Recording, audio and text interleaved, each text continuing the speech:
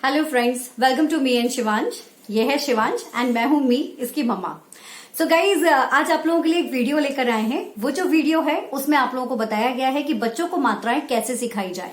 जैसे ये मेरा बेटा, ये भी बहुत अभी कच्चा है मात्राएं सीखने में, तो इसके लिए ही कुछ चीजें हैं जो मैं ट्राई कर रही हूँ जिससे इसको मात्राओं में परफेक्ट किया जाए। और वही चीज मैं आप लोगों के साथ भी शेयर कर रही हूँ जिससे कि आप भी अपने बच्चों को उस तरह की स्ट्रैटेजी को यूज करके उनके लिए भी उसे फ्रूटफुल बना सके।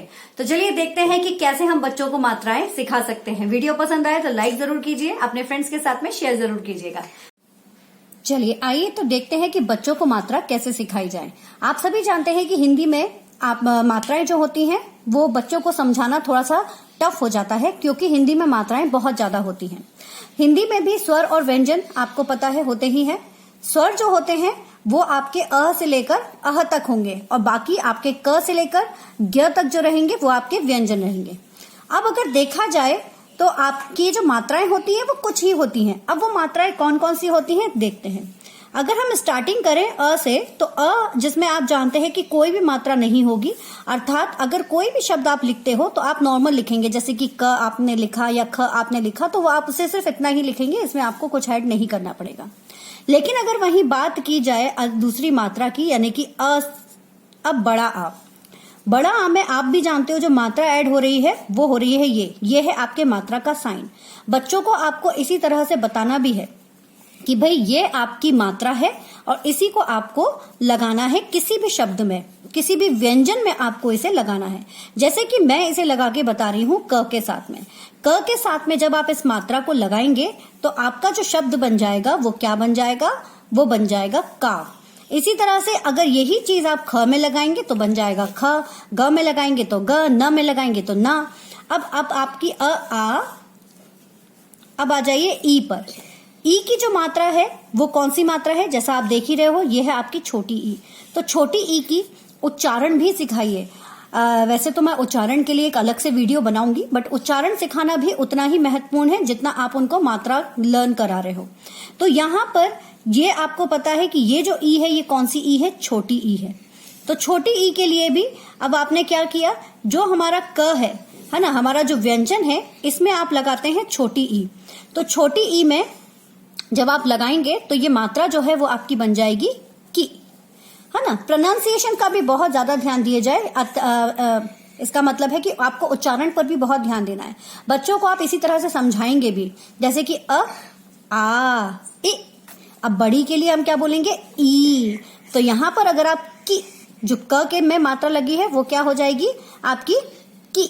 अब इसी तरह से ख में लगेगी तो क्या बन जाएगी, खी। ग में लगेगी तो क्या बन जाएगी, गी, है ना।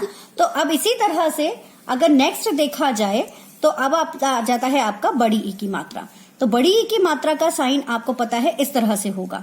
तो इसमें आप क्या करेंगे कि क में आप लगा देंगे बड़ी ई की मात्रा। तो बड़ी ई की मात्रा लगाने के बाद आपका जो शब्द बनेगा, वो जो आपका अक्षर बनेगा वो बनेगा की, है ना। साउंड पर ध्यान दीजिएगा, की। तो आ ई। इसी तरह से ये बन गया ऊ। छोटे ऊ का जो साइन होता है वो होता है इस तरह से। और यहाँ पर क में अगर आप इस छोटे ऊ को मिलाएंगे तो ये क्या बन जाएगा आपका कु। क्या बन जाएगा आपका कु। अब नेक्स्ट अगर देखा जाए तो बड़ा ऊ। बड़े ऊ में अगर आप साइन देखेंगे तो बड़े ऊ का साइन होता है इस तरह से। तो मात्रा अगर हम लगाएंगे बड़े ऊ में, क में हमने लगाई बड़े ऊ की मात्रा, तो क्या बन जाएगा आपका कू।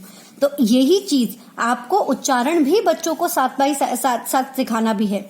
जैसे कि आ ई उ ऊ। अब नेक्स्ट आता है आपका ए का जो मात्रा होती है बच्चे बहुत कंफ्यूज होते हैं। मेरा बेटा भी इसमें बहुत ज्यादा कंफ्यूज होता है ए आई ओ औ में।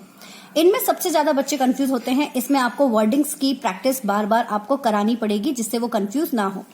तो ए आपने लगाया तो अगेन यहाँ पर आप बताएंगे व्यंजन के साथ में हम बचाएंगे कि इस तरह से अगर आप मात्रा लगाएंगे तो बन जाएगा आपका के।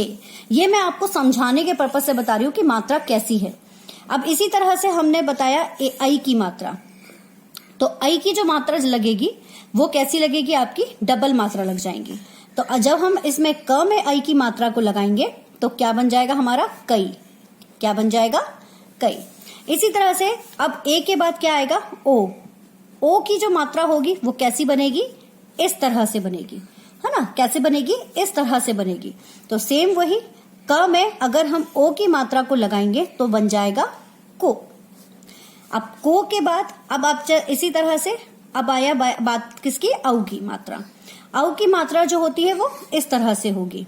तो अर्थात क में हम क्या लगाएंगे, औ की मात्रा को हम यहाँ पर ऐड करेंगे तो क्या बन जाएगा हमारा, कऊ। ठीक है, क का की कुक्कू के कई को कऊ। अब बारी आती है अम की। इसमें जो मात्रा है वो है ये, है ना। एक बिंदु जो होती है वो अम की बिंदु होती है, ये देखिए।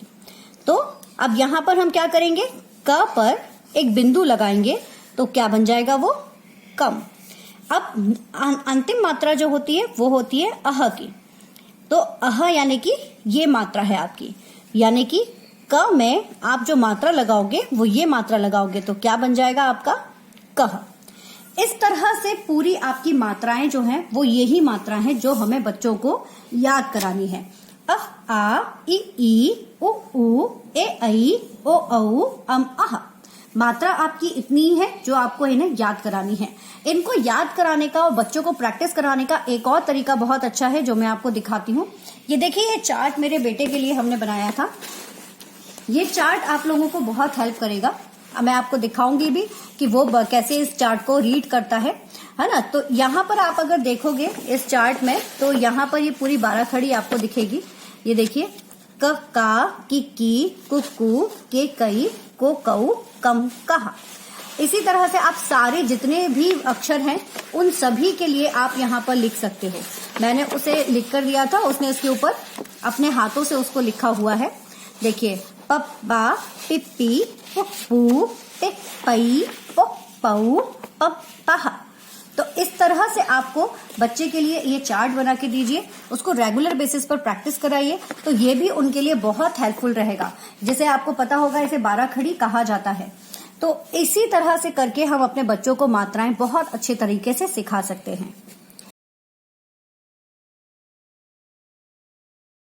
तो इस तरह से आप अपने बच्चों को मात्राएं बहुत आसानी से सिखा सकते हैं, उन्हें प्रैक्टिस करा सकते हैं। याद करिए, बचपन में हमें भी 12 खड़ी बुलवाई जाती थी, बार बार लिखवाया जाता था, जिससे कि हम बार बार लिखकर बोलकर उसे तैयार कर सकें।